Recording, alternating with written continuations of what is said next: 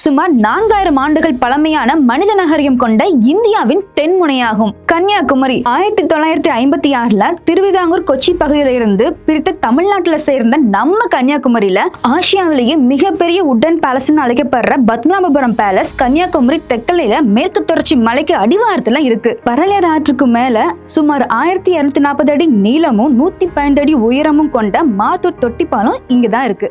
மனதிற்கு மகிழ்ச்சியூட்டும் இயற்கை எழில் கொஞ்சம் மினி குற்றாலம்னு சொல்லப்படுற திருப்பரப்பரவி நம்ம ஊரோட சிறப்புன்னே சொல்லலாம். 1892ல சுவாமி விவேகானந்தர் இந்தியா முழுக்க சுற்றி வந்து இங்க கடலுக்குள் இருக்க பாறை மேல 3 நாட்கள் தியானம் பண்ணினாரு. அதுதான் இப்போ இருக்க விவேகானந்தர் ராக் நினைவிடம். அக்டோபர் 2 காந்தி பிறந்த நாள் அன்னைக்கு அவரோட அஸ்தி மேலேயே சூரிய ஒளி படுற மாதிரி காந்தி நினைவு மண்டபம் கட்டியிருக்காங்க. 1000 ஆண்டுகளுக்கு மேல பழமையான பகவதி அம்மன் கோயிலும் சுசீந்திரம் தானுமாலையன் கோயிலும் சுவாரஸ்யமான வரலாற்று கொண்ட இடமா இருக்கு. சூரியன் உதயமாகிறதும் மறையறதும் நம்ம ஊர்ல தான் பார்க்க முடியும்னாலும் ரொம்பவே ஸ்பெஷலா சித்ரா பௌர்ணமி அன்னைக்கு சன்ரைஸ் சன்செட்டும் மூன்ரைஸ் மூன்செட்டும் ஒரே நேரத்துல பார்க்கலாம். கன்னியாகுமரி நீங்க போயிருந்தீங்கன்னா எந்த பிளேஸ் பிடிக்கும்னு கமெண்ட் பண்ணுங்க.